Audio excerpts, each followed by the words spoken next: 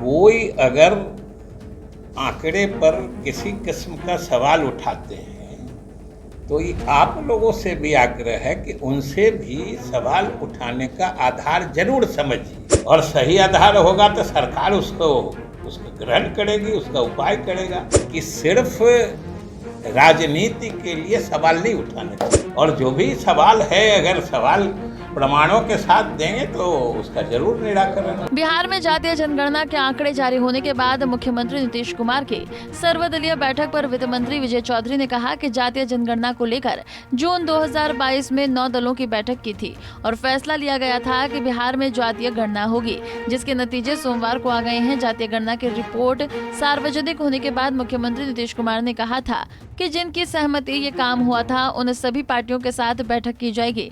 लिहाजा मंगलवार को नीतीश कुमार ने 9 दलों की ये अहम बैठक बुलाई है, जिसमें ये बताया जाएगा कि कैसे इस गणना को करवाया गया। ये है कि आप लोगों को स्मरण होगा कि 1 जून 2022 को जो विधानसभा में प्रतिनिधित्व रखने वाले 9 दल हैं यहाँ पे राजनीतिक पार्टियाँ, उन सबों के नेताओं की बैठक हुई थी और उसी में ये फैसला हुआ था कल जिसके नतीजे आए।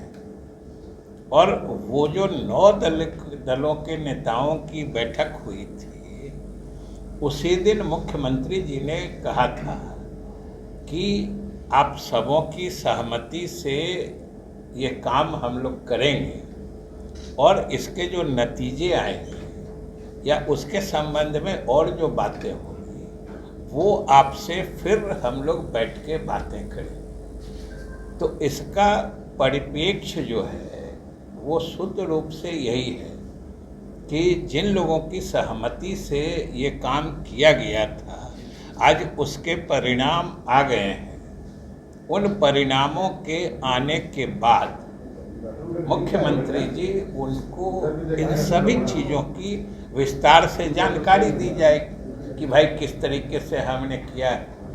क्योंकि आपको स्मरण होगा कि ये फैसला भी जो हुआ था उसका एक अलग बैकग्राउंड था, और वो ये था कि ये कोई एकाएक चीज़ नहीं हुई थी। बिहार सरकार और मुख्यमंत्री के नेतृत्व में लगभग बिहार में ये सर्वानुमति या सबों की सहमति थी कि 2021 वाली जनगणना ही पूरे देश में जाति आधारित होनी चाहिए। और उस समय संयोग था कि मैं ही विधानसभा का अध्यक्ष था और दो बार फरवरी 2019 में, आज से 4 साल पहले, और फरवरी 2020 में, दोनों बार बिहार विधानसभा ने केंद्र सरकार से आग्रह किया था सर्वसम्मति प्रस्ताव, उसमें भी सारे दलों की सहमति थी। आग्रह किया था हम लोगों ने, क्योंकि 2021 की जनगणना प्रारंभ होने वाली थी, कि 2021 की जनगणना पूरे देश में जाति आधारित हो।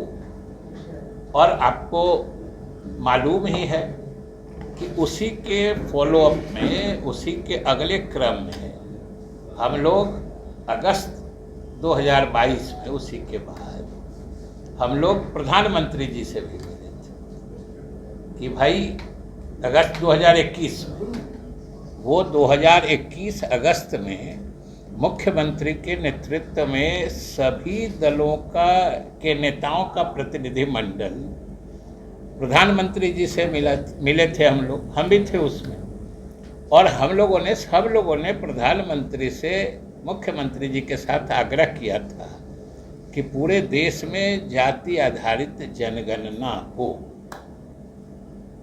उस समय तो प्रधानमंत्री जी ने कुछ नहीं कहा था, लेकिन बाद में जो सूचित किया गया वो ये था कि भाई इसमें काम आगे बढ़ा हुआ है, इसलिए तत्काल उन्होंने असमर्थता जाहिर की कि हम लोग अब इसमें तब्दीली नहीं कर सकते। आप लोग राज्य सरकार चाहे तो कर सकती है।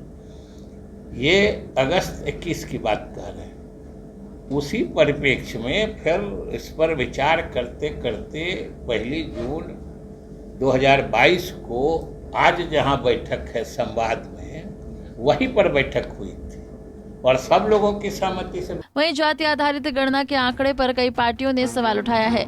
इस पर मंत्री विजय चौधरी ने करारा जवाब देते हुए कहा कि वो लोग सवाल किस आधार पर उठा रहे हैं।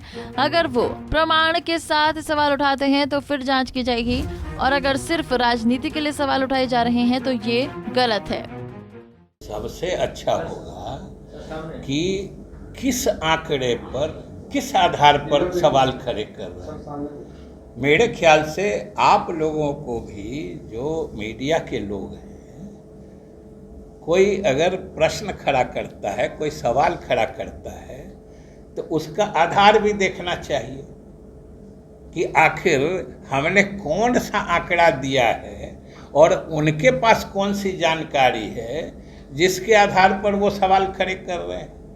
और सरकार की तरफ से तो हम लोगों ने कहे ना कि जो सभी दलों की राय से, और बीच में भी सबों को इजाज़त थी, जो उनको अगर लग रहा था कुछ गलत हो रहा है या उनको कोई उनके तरफ से बेहतर सुझाव आते, तो ऐसा तो नहीं था सरकार ने कभी सुझावों का दरवाज़ा बंद किया था। इसलिए कोई अगर आंकड़े पर किसी किस्म का सवाल उठाते हैं तो ये आप लोगों से भी आग्रह है कि उनसे भी सवाल उठाने का आधार जरूर समझिए, और सही आधार होगा तो सरकार उसको ग्रहण करेगी, उसका उपाय करेगा।